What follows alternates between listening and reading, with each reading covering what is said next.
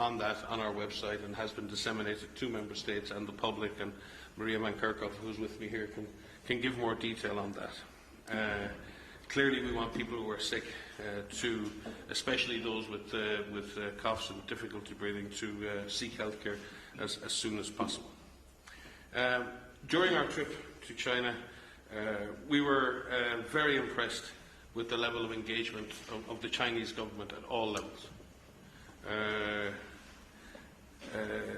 Personally, I think myself and the Director General have never seen the scale, commitment of an epidemic response at this level, in terms of all of government involvement across all of the different arms of government, with tremendous support being poured into Wuhan and Hubei from the central government, with a highly organised emergency management structure.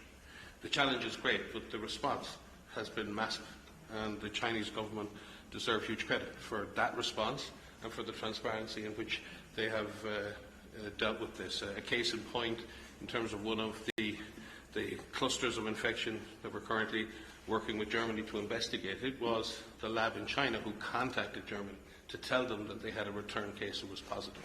So China is not only helping to manage the cases in its own country, but it is actively reaching out on an individual basis, not only to WHO, but to other partners in the world, to help them respond in a more effective way. As I said, they are taking extraordinary measures in the face of what is an extraordinary challenge. They have, in addition, have agreed to a mission of international experts to go to China and work with Chinese experts to better understand disease transmission, to better understand clinical severity. But I might add that Chinese experts are involved in almost, I think, all of our expert networks, and on a daily basis dialing into calls on the clinical, laboratory and other aspects of this. So Chinese expertise and scientific knowledge and understanding of this disease is contributing to the overall global expertise. But we're very grateful that China will invite a team to help work with them side by side to learn more about this disease and learn more about how China is taking action. On our side, we have brought together some of the best minds in the world: scientists, clinicians, disease trackers, modelers, logisticians, supply chain experts, and many others from the public and the private sector around the world, to examine what we know, the questions we need to answer, and who is best placed to deliver on those answers and those responses. As I said, these networks of experts include experts from China working directly on the response, and that frontline experience, understanding what a frontline clinician in Wuhan is seeing today, is influencing the way in which we can manage potential coronavirus cases tomorrow elsewhere. We're helping other countries to activate their preparedness plans. We clearly have four levels in this response. We have an intense response going on in Wuhan and Hubei province. We have responses going on in other provinces in China where transmission is less intense, the numbers are less, but nonetheless a major response is underway to track cases, contacts and try to interrupt chains of transmission. We have the 15 countries who have imported cases. They have to stop transmission. Some of them are doing that extremely well. All of them are actually taking good action, but some need some help and assistance with lab and other expertise, and we're doing that from WHO. But the whole world needs to be on alert now. The whole world needs to take action and be ready for any cases that come, either from the original epicenter or from other epicenters that become established.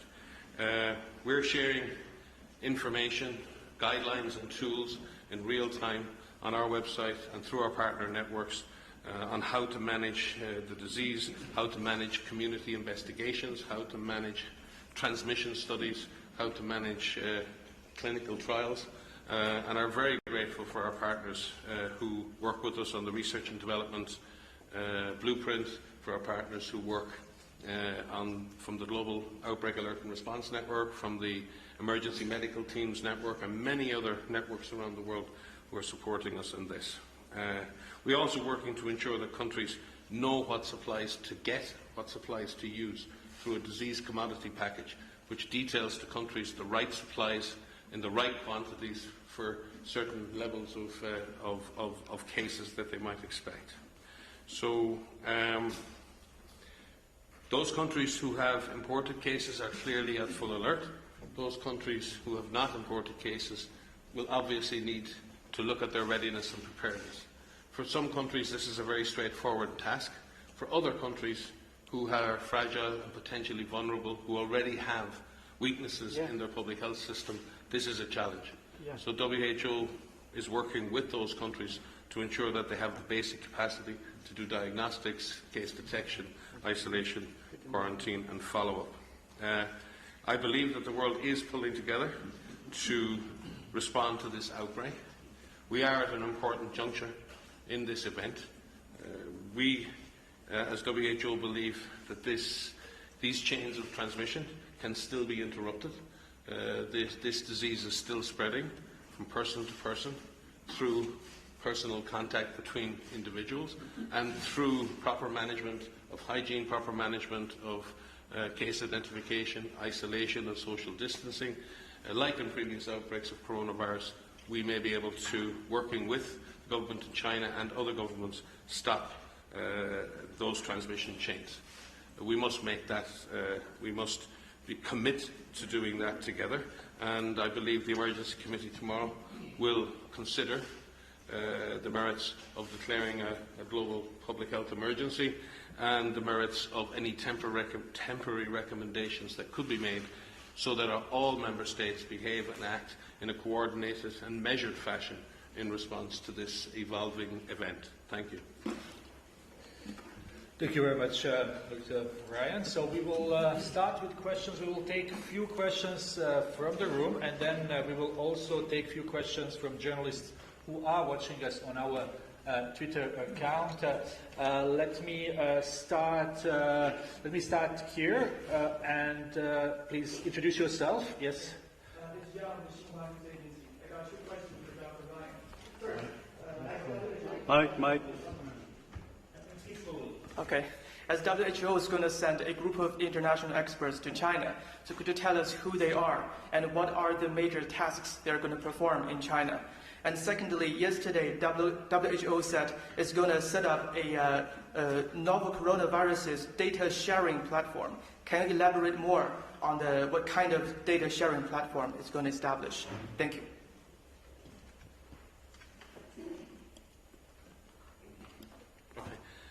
I'll pass to Maria on the data sharing platform. There is much data that we need Member States to share with us, and we would like to have that data in the most organised and standardised format that we can. So I'll ask Maria to speak to that. With regards to the expert team that will go, that team is still being pulled together. But let me stress, China is doing the right things, and China is responding in a massive way.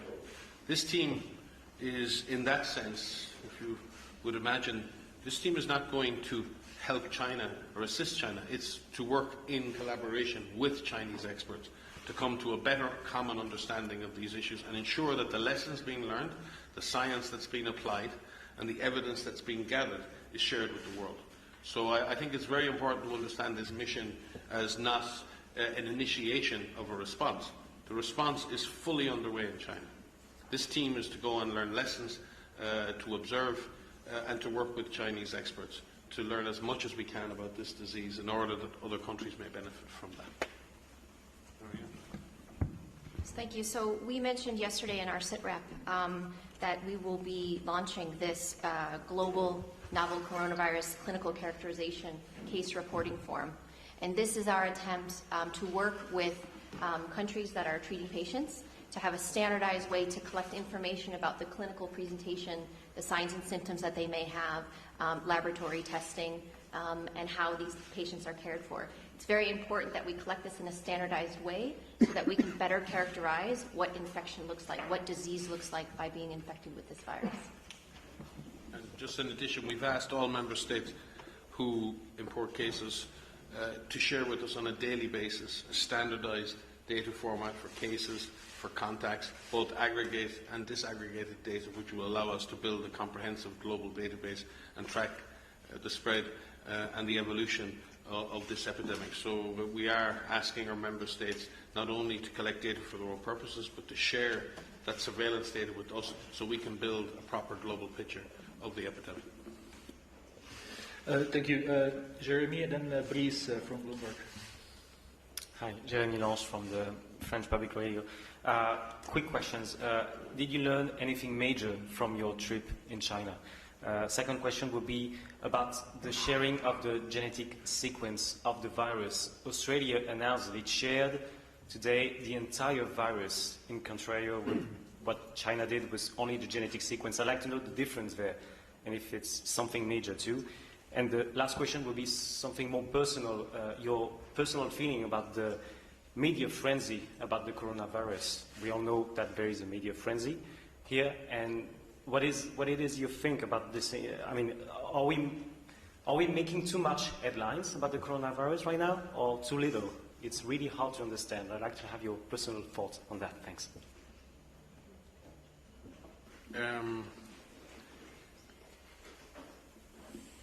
I'll take the genetic sequencing one first in the virus, and then the more existential ones after that.